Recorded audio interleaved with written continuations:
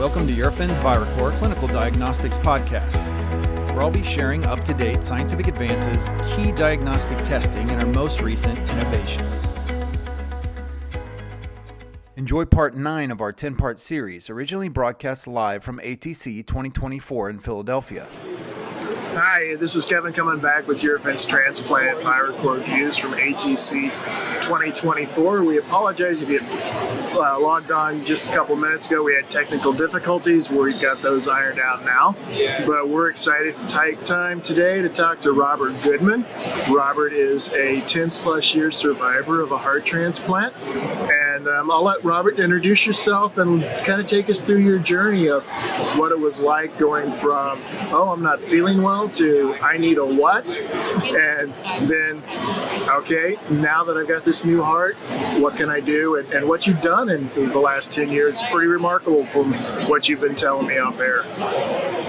Well, thanks, Kevin. As said, my name is Robert Goodman. I had a heart transplant in November of 2013 here at the Hospital University of Pennsylvania in Philadelphia. And it started about 5 years before that with idiopathic bradycardia that led to a pacemaker after about 6 months of going back and forth with a number of electrophysiologists at a couple of different places. And that seemed to solve a problem for a while. And I did a half marathon a few months after that. And probably that was in 2011. Or 2010. In 2011, in the summer, things went absolutely in the opposite direction. Unfortunately for me, ventricular tachycardia. And that led to an upgrade of my pacemaker to a pacemaker defibrillator. And I was still, as yet, undiagnosed and was still idiopathic. So that was a little frustrating, as you might imagine. And it was clear that I was a little too complicated for a community hospital. Really very, very good cardiology program, but I was definitely too complicated for them. And that's how I got to the Hospital University of Pennsylvania, where after going through a couple of failed sets of ablations, the electrophysiologist offered that he thought I might have cardiac sarcoidosis. Okay. To which my wife and I said, "What's that?" And he said, "That's an autoimmune disease." I said, "Okay, how did I get that?" He said, "It's idiopathic." I said, "Great, something else idiopathic in my life." I was too unstable to have a biopsy at the time, and so they were able to confirm it with a PET scan. Okay. And a few months later, they after having the defibrillator go off multiple times one night, and I ended up in the ER at the hospital. They actually started a regimen of treating me with lots and lots of drugs for about a year. And it was during the beginning of that when the phrase heart transplant was uttered to me in the midst of a conversation. The conversation sounded like this: blah, blah, blah, blah, blah, heart transplant, blah, blah, blah, blah, blah. To which I said, actually, I can't say over the radio. Please don't say it on the radio. We don't. Yeah. Needless to say, later, much later, 2 years later, when I was with that particular cardiologist, she said to me, "You know, everybody thinks that, what I said, but you are one of the few that actually said it out loud." So I went on the drugs for about a year, and the only way they find out if things are resolved is they wean you off all the drugs. And the drugs had all the terrible effects you would think, because it was high doses of steroids and things like that. Right. And once they took me off, I actually felt pretty good for a few weeks. And then it all came back with a vengeance throughout the summer, and they tried different things, and finally in probably about the second week of November, they finally got me on the transplant list. The team wanted me upgraded to the highest priority that they could. So at the end of that day, it was a Tuesday, they submitted to the other 9 heart transplant programs in our region that they wanted me boosted up to the top of the list. They had 24 hours to turn that around. So Wednesday night, I got word that the majority of them agreed to do that. So I became what was referred to as a 1AE, E standing for exception. Yes. And 3 nights later, a nurse came into my room, closed the door, and said, "We found your heart, and it's being flown in from Georgia." Okay. And that's the only thing I know about my donor, by the way. And I was transplanted the next morning. So I was not on the transplant list for very long. So about 1 week, which is exceptional. Less. Yeah, it was less than a week, but it was, and I was ready. I was never in doubt that once I was able to get it, that it would work. I was always, all right, let's hurry up, let's get this done, because I got life to do. Right. And I mean, I've worked in transplant programs for a while, and the one thing I find really remarkable is generally the day after a transplant or like that, whether it's a heart, kidney, liver, whatever, the patients, and maybe it's just a unique experience to me, but will wake up and go, wow, I feel good for the first time in whatever period it's been. Yeah, well, that was essentially true for me, with one exception. I was in an induced coma for the first 5 days. So I didn't wake up the next day and to say anything. Right. So when I did wake up a few days later, I had been transferred out of the ICU, and it was, my color was back. I definitely felt much better, even though I was tubed and IVs and everything else. But it's clear I felt much better, and when you kind of come out of a coma and you get transferred, they always ask you things like, what's your name and what year is it, whatever, those kinds of things. And they said to me, well, what's your birthday? And I said, November 24th, 2013. Which I have no idea where that came from. It literally popped out, and out of nowhere. And my birthday happens to be this Friday, by the way. Oh, well, happy early birthday! Thank you. So they looked at me and realized that what I said, and said, "Oh, he's fine." And so I was there. I was there for about another 10 days, only because of all the drugs that I was on pre-transplant. My heart wouldn't start on its own, so I needed to have a pacemaker. So I still actually have a pacemaker, and it was one of those things that they said, you got 2 choices. You can either have a pacemaker, or you can stay here in the hospital for several more months until it kicks on its own. I, of course, said, I haven't eaten yet today. Can you put it in this afternoon? To which they said, we don't have an opening in the schedule, but we'll do it tomorrow morning. I said, fine, let's go. And it's been a remarkable journey. And the day after I woke up, which was a Friday, so this was Saturday, my wife and I are alone in my room, and I said, I don't know why I got this heart, and I sure as hell don't know why I got it so quickly either. I said, all I know is we got to do something about this. And so that not that we weren't philanthropic or involved with things before, because we were. I was on the board of a couple of different things at different times, and on development committees, things like that. But this was different, and so I started down a journey towards very serious recovery, which took a long time.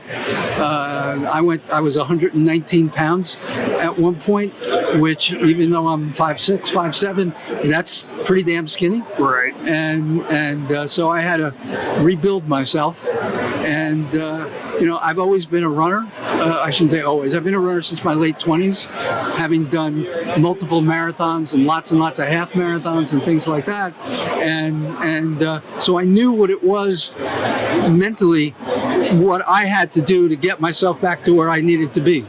It was perseverance, that drive. I had it, and arguably in business and in life and that sort of thing, I've always had it. And so it's been pretty darn remarkable.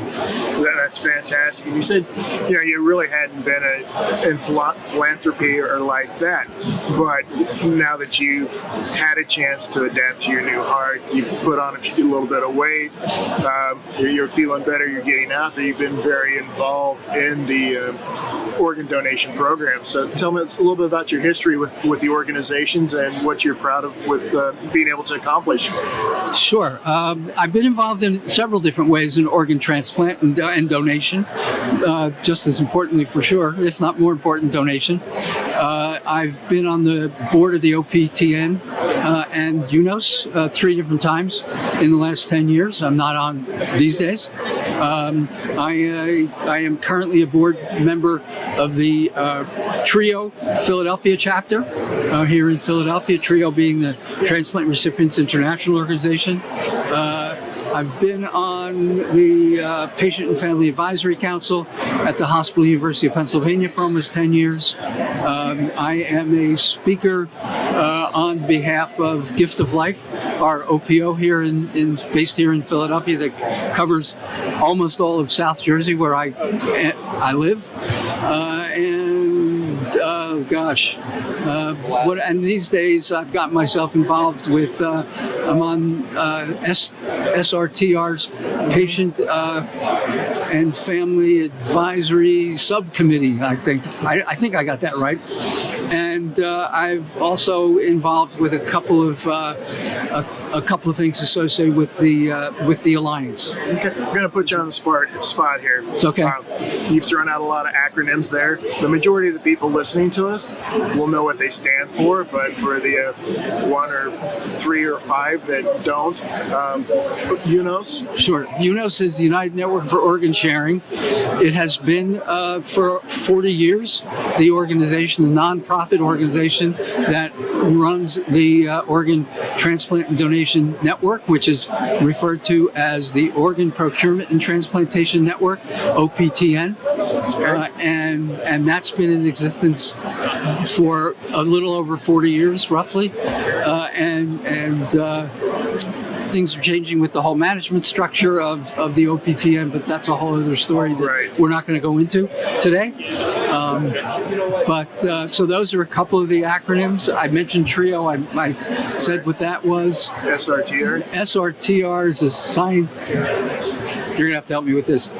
Scientific. Something. Yeah. We'll have to look it up to see. So we're not saying anything wrong here. But scientific registration of transplant recipients. That's it.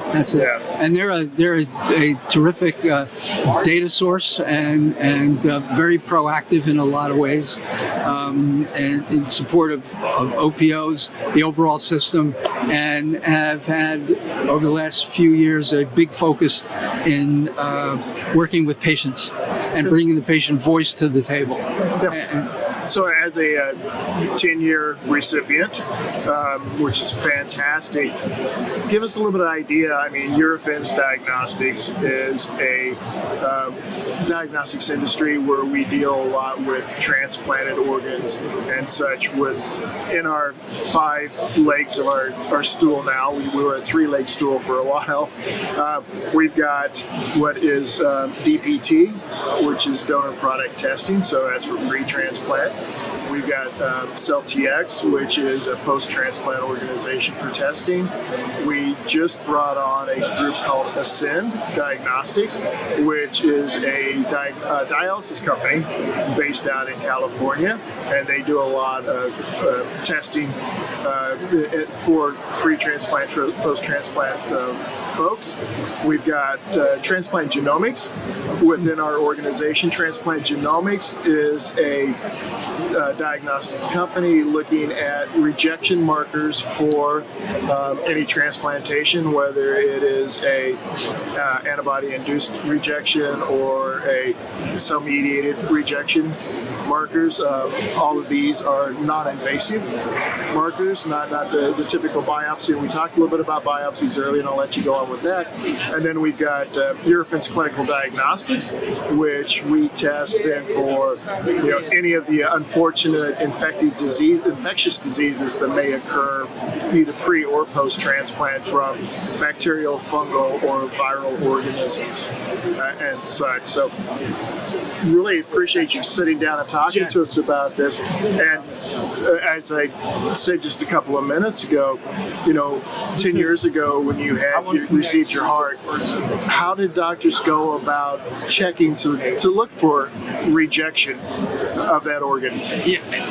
Over the course of the first 2 years, I had 20 heart biopsies. One was through a catheterization, and the other 19 were through my neck. And in the first year, there were actually 16.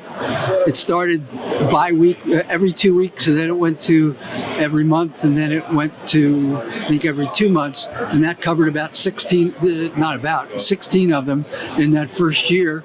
And then it went to quarterly in the second year. And I haven't had the need to have any other biopsies done or any other indications of rejection. I did have one rejection. It was literally the first time that I had a biopsy done, and so they put me on high doses of steroids for 3 days at home, and that helped resolve the problem. Kept me up late at night, yes. among other things. Changed your personality a little, but other than that, it was just fine. Wonderful. So do your physicians follow up now with a blood-based biological marker assays just to check for potential signs of rejection, or are you pretty much quite stable at this point in time where they don't do that, or if they do it, you don't maybe know about it? I'm stable. I go twice a year for blood work with the transplant team, and I don't know that any of them are biomarkers that I'm aware of, to your point. And the more comprehensive testing is done on the annual physical, where there's also stress tests and echocardiograms and chest X-ray, etc. And then the most recent one that I had was just a month or so ago, was my semi-annual, and that's just basically blood work and a chat. Yes. Unless there's something wrong, right? Which fortunately there really hasn't been much at all. Well, and you'd said earlier that you started becoming a runner in your 20s, and like that. So when you have your semi-annual chats or your annual chats, I know that you continue to run now. Can you just submit your time from your latest race to the doctor and go, don't need a stress test, here we go? No, well, it's not really a function of time for me these days, but the fact that I do it is really the thing. And so the most recent race that I participated in was a 10-mile race here in Philadelphia called the Broad Street Run. I've done it 7 times since transplant, as well as I've done 3 half marathons since transplant. And time matters to some people. It used to matter to me. It doesn't really much anymore. And I had pretty good times back in those days. It's just a matter of finishing. And I've been able to finish generally pretty strong. Excellent. Well, congratulations on that.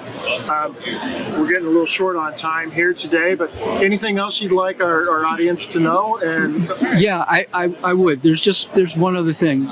Without people signing up to become organ donors, and without families agreeing to have their loved ones in very dire circumstances become organ donors, none of this works. Right. And we all have to be extraordinarily grateful to those people that gave, sacrificed, but agreed to do something really wonderful and really great as a last thing for them to do. And so my heart literally goes out to all organ donors, and certainly the deceased ones for sure, and very much so the living donors for both kidney and liver transplants. Exactly. That was what the point I wanted to make too. Is you can be a living donor for kidney, for livers, and even a lobe for one of your lungs if it's going into a pediatric patient. And just the evolution of organ donation and such is phenomenal. So you can do it for a heart too. From a living donor? Yeah. Okay. It's called a domino transplant. Okay. And so picture a person who's ready to be a donor that has a good heart and good lungs. Picture someone that needs lungs. Picture someone that needs a heart transplant. Okay. Apparently, a little grittier than it can be much better for the person with the lungs to get the heart and lungs on block as one transplant. And so what has been done is they take the heart and lung, and put it into a patient, and they take that person's heart, which is perfectly healthy, and give it to someone else who needs a heart. So that's the only way that I'm aware of that you can do it. Okay. It's not done frequently. The last one I'm aware of was done probably back in 2016 or so at Stanford. I suspect there have been others, but not that I'm aware of.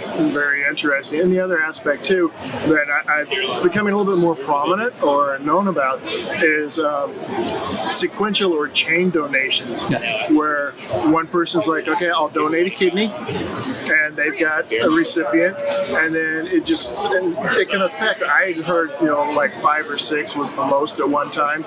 We had a gentleman on yesterday talking about it, and at his institution it was a chain of 9 individuals that were impacted by one kidney donation. So the gift of life is a fantastic thing. Think about it. You've got the opportunity to be a living donor. Yeah. You've got the opportunity then to take the organs that you're unfortunately family member does not need, and to impact the lives of others that do need them. So think about it seriously. Talk to people. There's several people I know. They've got patient advocates at all of these groups that if you have a question, feel free to call your local chapter, and they can talk to you about the myths and whatever, and the reality of the impact that you can make through organ donation. That's all right. Well, Robert, thank you very much for your time. It's a pleasure meeting you. And I'm going to throw it out. Give me one unique fact about yourself that maybe only a few people know and might bring a smile to somebody's face hearing it. Probably, I'd say the time that I, most people, a lot of people these days in particular, think that when you get a transplant, you take on the personality traits of the donor, or you take on their certain likes and dislikes, whether it's food or types of clothing or things like that. I didn't experience any of that.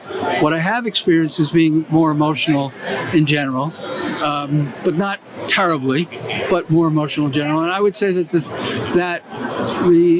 thing where the circumstance that made me the most emotional, when I was able to see my daughter receive her college diploma, and because this happened during middle of her junior year of college, and fortunately for us, she still finished in 4 years because we paid cash, and she went to NYU, and that's a lot of money. And so I don't know if that's unique, but that's one thing. That's a significant statement and personal testaments there. So thank you for sharing that. I greatly appreciate it. So again, this is Urine Friends Diagnostics Viracor Reviews live at ATC, American Transplant Congress 2024. Make sure to subscribe to this podcast and follow us on social media to stay up to date on all the latest information. If you want to help spread the word, please give us a 5-star review and tell your friends and colleagues to subscribe too. With over 40 years of diagnostic innovation and specialized expertise in infectious disease, pre- and post-transplant, allergy and immunology testing for immunocompromised and critical patients, Eurofins Viracor is committed to helping medical professionals, transplant teams, and reference labs get results faster when it matters most. Viracor is passionate about delivering value to our clients by providing timely, actionable information, never losing sight of the connection between the testing we perform and the patients you serve.